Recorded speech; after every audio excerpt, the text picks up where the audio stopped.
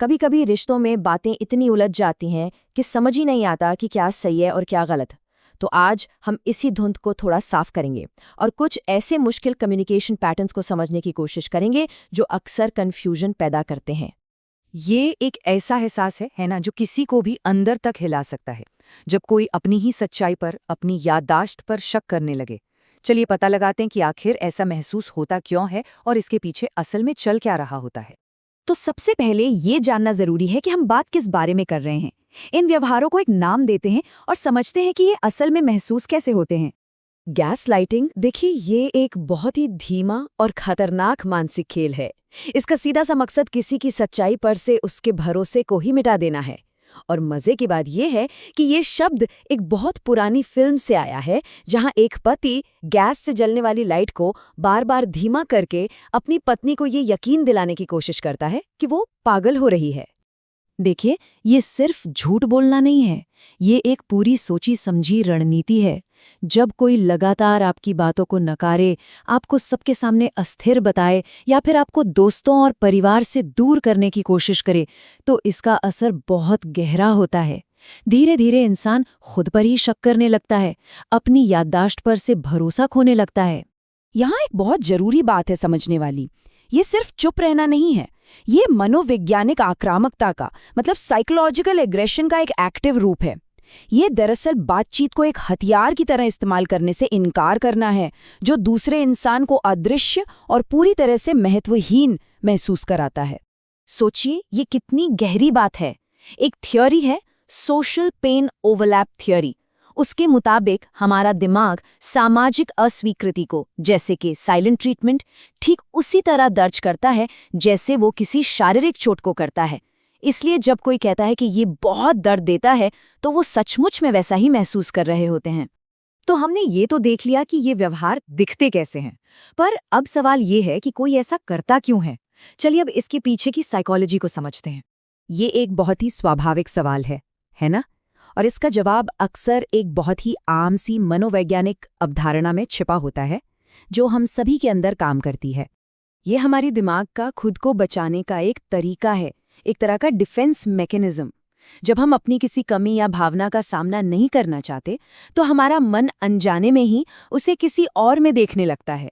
अपने अंदर की समस्या को देखने से कहीं ज्यादा आसान है उसे किसी और पर मढ़ देना। तो यहाँ महत्वपूर्ण बात यह है कि ये हमेशा कोई जानबूझकर की गई दुर्भावनापूर्ण हरकत नहीं होती। अक्सर ये अनजाने में अपनाया गया एक सुरक्षा कवच होता है। इंसान अपने अंदर की उथल-पुथल से निपटने के लिए संघर्ष कर रहा होता है और उसे बाहर की ओर धकेल देता है। ये स्लाइड इन दोनों के बीच का एक बहुत अहम फर्क दिखाती है। प्रोजेक्शन को आप एक आईने की तरह समझ सकते हैं। आप अपनी भावनाएं किसी और में देखते हैं, जबकि डिस्प्लेसमेंट एक पंचिंग बैग की तरह है। आप अपनी भावनाएं किसी और पर निकालते हैं। दोनों ही बचाव के तरीके हैं, पर काम करने का अंदाज बिल्कुल अलग है। ठीक है, तो अब भावनाओं से थोड़ा हटकर एक बिल्कुल अलग नजरिए से रिश्तों को देखते हैं। क्या हो अगर हम एक रिश्ते को एक तरह की बिजनेस पार्टनरशिप की तरह देखें, जिसमें फायदे और नुकसान का हिसाब किताब होता है।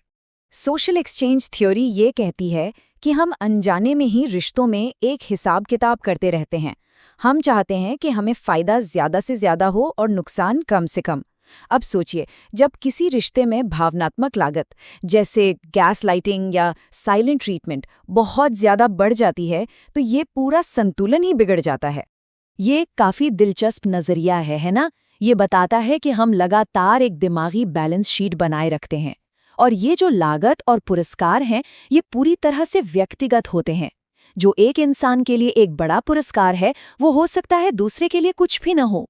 इस थियोरी के मुताबिक रिश्ते इन 4 पड़ावों से गुजरते हैं। पहले सैम्पलिंग में हम फायदे नुकसान को परखते हैं। फिर बार्गेनिंग में उम्मीदों पर एक तरह का मोलभाव होता है। इसके बाद कमिटमेंट में रिश्ता पक्का हो जाता है, और आखिर में इंस्टीट्यूशनलाइजेशन में रिश्ते के सारे नियम कायदे तय हो जाते हैं।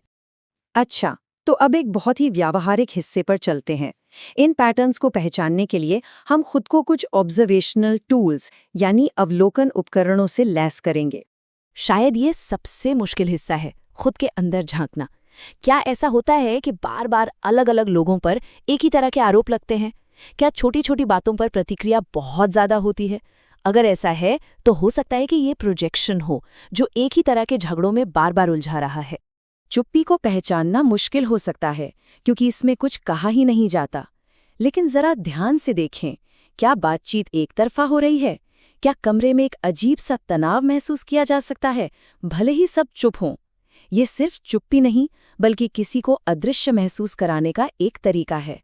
तो अब आते हैं सबसे जरूरी और सबसे सशक्त हिस्से पर, कि अगर कोई इन व्यवहारों का सामना कर रहा हो तो क्या किया जा सकता है।